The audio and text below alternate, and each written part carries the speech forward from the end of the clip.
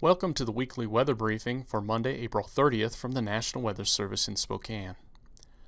Showery weather across the inland northwest will persist into Tuesday with light hit-and-miss precipitation. Warmer and drier weather will return Wednesday through Friday.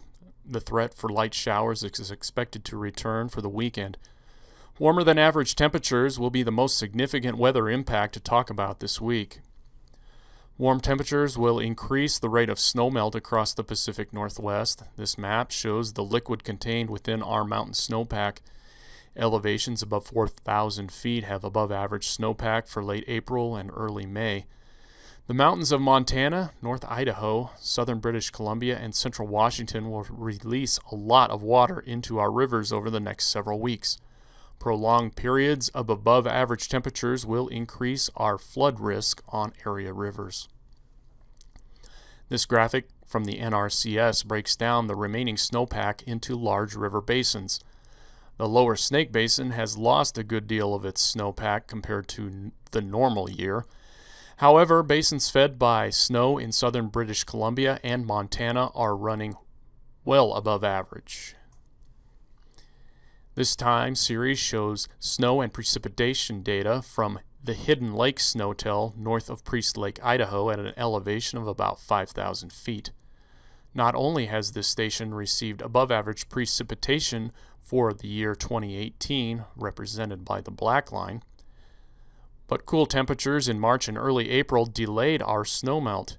The blue line represents water contained within the snow for this winter and spring. Look at how it peaked 2 to 3 weeks later than the red line, which shows the snow water equivalent for the average year. The Okanogan River at Tonasket will be one of the rivers that has the potential to reach flood stage by the end of this week. The orange dot in Okanogan County on the river forecast map represents the Okanogan River. Other rivers that will likely experience significant rises this week into next week are the Grand Ronde in southeast Washington, the Natchez in central Washington, and the Yak River in far northwest Montana. The cool temperatures over the weekend helped slow the rise of the Okanogan River at Tonasket, but warming temperatures will likely cause the river to climb once again late this week into next. The latest river forecast has the river exceeding the flood stage of 15 feet on Friday. The Okanogan River flows through Tonasket and Omak before entering the Columbia River near Brewster, Washington.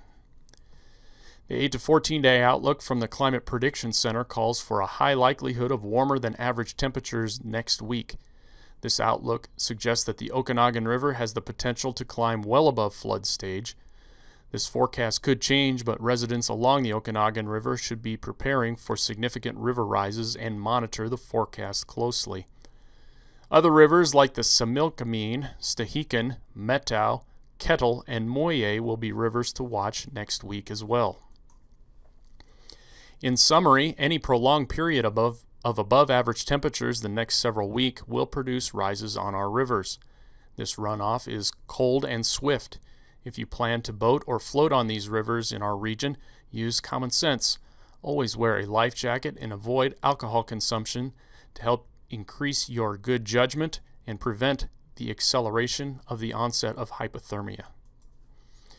Interested in producing some of the graphics that we generated for this briefing? You can make them too by yourself. Here are some links to the NRCS website where you can make basin maps and snow water graphics like we showed you in this briefing.